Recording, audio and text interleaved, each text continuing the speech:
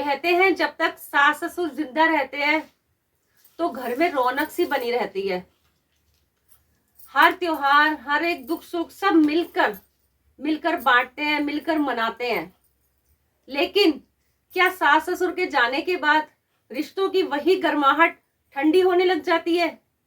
जहां नंदे बिना बुलाए घर आ जाया करती थी, वहां पे अब उन्हें एक इनविटेशन का इंतजार रहता है। सब कुछ तो वही होता है, घर वही होता है, रिश्ते वही होते हैं, फिर क्यों इतनी रिश्तों में दूरियां आ जाती हैं? क्यों ऐसा होने लग जाता है कि जब तक माँ बाप जिंदा होते हैं, सास ससुर जिंदा होते हैं, तब तक ही वही प्यार बना रहता है? क्या ऐसा नहीं है कि ये प्यार जिंदगी भर तक बना रहे? आप में से कितनी ऐसी बहनें हैं मेरी जो एक भाभी हैं या नंद है, वो माँ बाप के जाने के बाद रिश्तों की गर्माहट को ठंडा कर चुकी हैं, एक न्योते का इंतजार करती है कि कोई हमें बुलाए। जबकि हो सकता है भाई भाभी के मन में कुछ ना हो या सामने वाले के मन में कुछ भी ना हो, लेकिन एक मन में संकोच सा आ जाता है। तो कितनी मेरी बहनें हैं जो ऐसा करती है, मुझे कमेंट बॉक्स में अभी बताइए। तो नमस्कार दोस्तों, मैं हूँ ज्योति आनंद। आप देख रहे हैं ना पसंदीदा चैनल गृहिणी की बात जो सिर्फ गृहिणी की।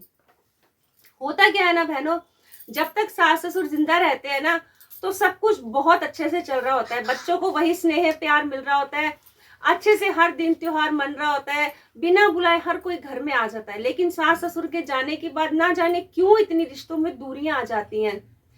कई बार तो ऐसा देखा जाता है कि सामने वाला अच्छे से रिस्पॉन्स ही नहीं देता है, जबकि बहू सोचती है कि मेरे सास ससुर के जाने के बाद रिश्ते की गर्माहट को ठंडा नहीं होने दूंगी, मैं भी वैसा ही करूंगी जैसे मेरे सास ससुर सभी रिश्ते निभाते थे। वो पूरी कोशिश करती है, लेकिन कितनी कोशिश करेगी वो? अगर एक इंसान कोशिश कर रहा है और सामने वाला उसका जवाब सही से नहीं दे रहा है, तो वो इंसान भी चुप हो जाता है। अगर ऐसा आपके साथ हो रहा है तो आपको पता है क्या करना है। देखिए, अगर आप एक नंद हैं या फिर आप एक भाभी हैं, अगर आप इन रिश्तों से, इन चीजों से गुजर रही हैं, तो आपको सिर्फ इतना करना है कि अगर आपके माँ बाप या सास ससुर नहीं रहे हैं, तब भी रिश्ते वैसे ही निभाइए। अगर हो सकता है वही दिन त्योहार आपके भाई भाभी दे रहे हो जैसे आपके माँ बाप देते थे, आपको दे रहे हो, बिना कुछ कहे, बिना किसी स्वार्थ की भावना से, निस्वार्थ भावना से दे रहे हो, प्यार से दे रहे हो। लेकिन अचानक से ऐसे हालात बन जाए कि भाई भाभी की आर्थिक स्थिति या बजट थोड़ा सा बिगड़ने लगे, वो जितना देते थे उतना उसमें से ना दे करके कम करने लग जाए, कम देने लग जाए, लेकिन प्यार से दे रहे हैं। कहते हैं ना, मायके का आया हुआ एक 10 रुपए भी करोड़ों रुपए के बराबर होता है।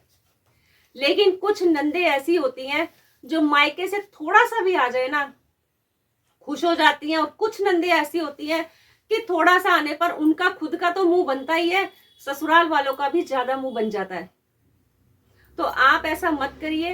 हो सकता है जब आपको पहले ज्यादा दिया जाता था दिन त्योहार, उस समय सिचुएशन ये होगी कि भाई भाभी की नई नई शादी हुई होगी, फैमिली आगे नहीं बढ़ी होगी। अब फैमिली आगे बढ़ चुकी है, बजट थोड़ा सा डाउन हो जाता है, हिल जाता है, लेकिन घर की स्थिति, हो सकता है काम धंधा पहले जैसा ना रहा हो, काम धंधे में भी फर्क आ जाता है। पहले बड़े घर संभालते थे, यानी सास ससुर संभालते थे, तो बच्चों को इतनी जिम्मेवारियों का पता नहीं होता था। लेकिन अब सास ससुर नहीं रहे हैं, तो वह सारी जिम्मेदारियां, घर की भी, बच्चों की भी, रिश्तेदारों की भी, सभी जिम्मेदारियां आपके भाई भाभी पे आ गई हो। तो इसलिए थोड़ा सा उनका हिसाब किताब गड़बड़ा गया हो। लेकिन आपने एक चीज ध्यान रखनी है कि अगर आपको दिन त्योहार मिल रहा है, थोड़ा ही मिल रहा है, तो आप उसी में खुश हो जाइए। आपका मान सम्मान बढ़ता है उस टाइम जब आपके भाई भाभी हर दिन त्योहार पे चाहे थोड़ा सा ही, चाहे 100 रुपए की चीज लेकर आए आपके घर में, तो आपकी छाती एकदम से, सीना गर्व से चौड़ा हो जाता है कि हाँ, आपको कितना फक्र महसूस होता है कि मेरे मायके से आए हैं, चाहे मुझे थोड़ा सा ही देने आए हैं। बच्चों को वही प्यार मिलता है, स्नेह मिलता है। लेकिन अगर प्यार से कोई आपके घर में जा रहा है, आप आगे से रिस्पॉन्स नहीं दे रहे हैं, अच्छा नहीं दे रहे हैं, तो सोचिए कितना दिल दुखता होगा उस टाइम पे उनका, कि हम प्यार से दे रहे हैं, वो सामने वाला प्यार से चीज ले नहीं रहा है। उनके मन में चाहे कुछ भी ना हो। इसलिए रिश्ते, ये नहीं है कि रिश्ते जब तक माँ बाप थे तब तक ही थे। हो सकता है कई भाभी भाभी ऐसे हो, कई भाई भाभी ऐसे हो जो रिश्ते नहीं निभाना चाहते हो। होता है कई घरों में ऐसा, लेकिन सभी एक जैसे तो नहीं होते ना, सभी एक जैसे नहीं होते हैं। इसलिए अगर आप नंद हैं, आप में ये आदत है, तो वो आदत बदल डालिए। और अगर आप भाभी हैं और रिश्ते निभाने की पूरी कोशिश कर रही हैं तो बहुत अच्छी बात है, लेकिन अगर आप रिश्ते निभाने में कंजूसी कर रही हैं सास ससुर के जाने के बाद, तो शुरुआत कर दीजिए, पहला कदम तो बढ़ाइए। हो सकता है फिर से वही खुशहाली आ जाए, वहीं से परिवार एक हो जाए, फिर से रिश्ते हरे भरे होने लग जाएं। देखिए, गलती हमेशा दोनों तरफ से होती है, किसी एक की गलती नहीं होती है। इसलिए अगर आपको जो मिल रहा है आप उसी में खुश रहिए, संतुष्ट रहिए, आशीर्वाद दीजिए। वही सबसे बड़ी जीत होगी रिश्ते को बनाए रखने की। रिश्ता हरा भरा रहने के लिए यही एक मंत्र है कि जो आ रहा है, जो मिल रहा है, माँ बाप तो देखो पीछे छोड़ गए हैं बच्चों को कि हम तो चले गए इस दुनिया से। अब इन बच्चों ने ही इस परिवार को एकजुट होकर रखना है। जब आपस में बच्चों में ही फूट डल जाएगी, बच्चे ही एक दूसरे से बात करना बंद कर देंगे, तो सोचो वो परिवार कहाँ गया। अगर किसी एक को दुख तकलीफ है तो दूसरे की दुख तकलीफ को समझना चाहिए। ये नहीं कि एक ने अगर बोल दिया कि मेरे को ये दुख तकलीफ है, मेरी आर्थिक स्थिति डगमगा रही है, तो दूसरा मुंह मोड़ ले। क्या रिश्ते सिर्फ लेने देने तक ही रह गए हैं? उसके बाद कोई नहीं होता? कोई रिश्ता नहीं ऐसा होगा कि सिर्फ देने लेने तक का ही रिश्ता था। जब तक ज्यादा मिल रहा था तो वो रिश्ता था, अब कम हो गया या बंद हो गया तो रिश्ते खत्म हो गए। मन में कई भावनाएं आ गई, कई ऐसी बातें आ गई, कई ऐसी कड़वाहटें आ गई।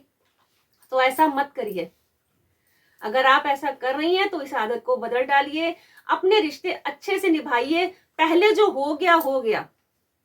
अगर आप में कोई लड़ाई झगड़े थे, मन मुटाव था, या बंद कर दिया था, या थोड़ा दे रहे थे, कुछ भी था, जो हो गया हो गया। आज से, अभी से, इसी वक्त से शुरुआत कर डालिए।